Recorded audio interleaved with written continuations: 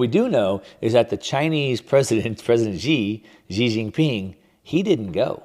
Now, of course, China is in one of the 20 largest countries, but he decided to go, which I thought was pretty interesting. It was sort of like a snub. He was just like, forget you guys. I'm done with you guys.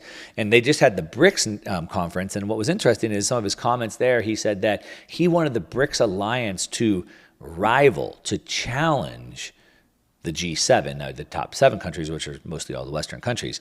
And so the language again, right? It's not cooperative. It's not collaborative. It's coercive. He didn't say, hey, we should work to be good trading partners.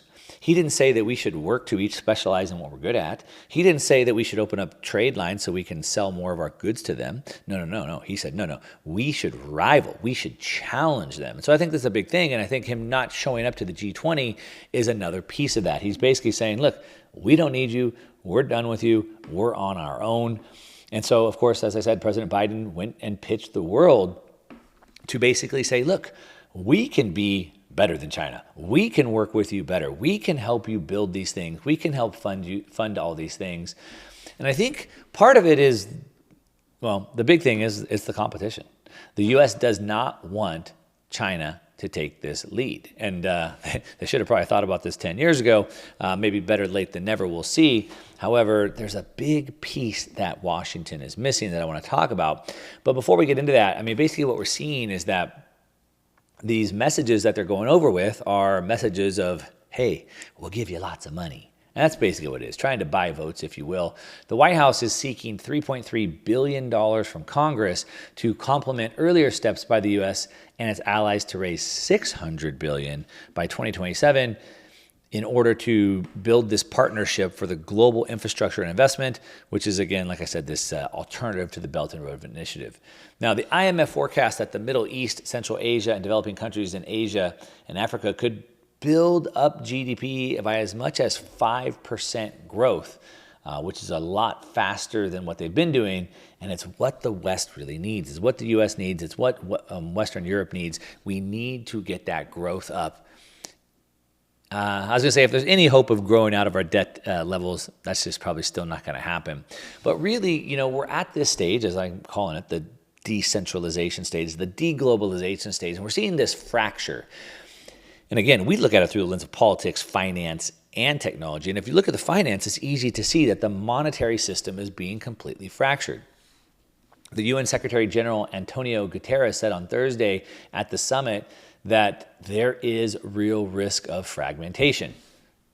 So we have another thing that happened at the BRICS conference is they urged each of these member nations to start doing trade in their own currencies. This is the fragmentation that he's talking about. And so they're trying to hold the ship together, if you will, trying to hold it together with some duct tape, probably.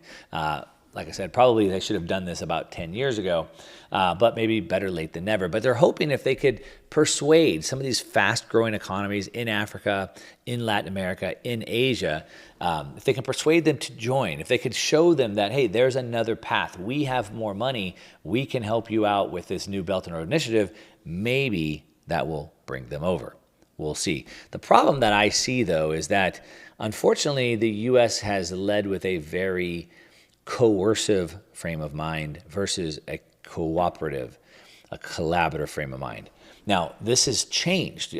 I believe that America led the world. It went to American exceptionalism because we led by example. So, in World War I, in World War II, the United States blew up. We became, this economic powerhouse because we had creativity, we had inventions, we had industry, we had manufacturing. We led the world in supplies. We showed the world that we could bring people out of poverty. We had the most diversity. We had people coming from all over the world to work here. And we were the shining example on the hill. And other nations wanted to be like that, which is why so many people came here. But unfortunately today, now the United States is in this position where all they want to do is coerce other nations to bend to their will. Hey, do it like I say, or you get nothing from me. And they've sort of turned into something like that. And the problem is that, the saying of you can't hold a man down without staying down with him, or you can't wrestle with a pig in the dirt without getting dirty. And so In this environment, when you get into this sort of like protectionist type stage the United States is in, trying to coerce everybody to do your bidding, when there's somebody else saying, hey, well, we'll give you the same things with no strings attached, which one do you think they're going to go for? When you're telling nations like Muslim nations like Saudi Arabia, for example, that you have to have LGBTQ, you have to allow men to turn into women, you have to allow kids to transition their sex, like they're not going for that. They're just not going to do it. And so you can offer them, you could bribe them with money, you can coerce them, you could tell them you'll bomb their countries, but when you got China or any other nation for that matter saying, hey, well, we'll give you the same things and we're not going to make you do those things you don't want to do, and we'll even protect you from the big bully, what do you think they're going to choose? People are always going to choose in their own self-interest. They don't want to be coerced. It just doesn't work. Now, some of the things that we're seeing, though, out of this meeting that came out, again, it was in India, which is interesting because, again, India is one of the big players in the BRICS nations. It's the I in the BRICS. However, India is also competing against China, right? We saw this week Apple announced that China announced that the leaders can no longer use iPhones, security concerns, whatever. Apple stock tumbled because of that. So we know that Apple is trying to move production of the iPhones as fast as possible over into India. So India is competing for China for the jobs. India also competes against China for commodities such as oil and things like that, food, things like that. And so which one do they want to go with? India doesn't really compete against the United States. The United States is back to this collaborative situation where, hey, Apple can hire India to build the iPhones, things like that.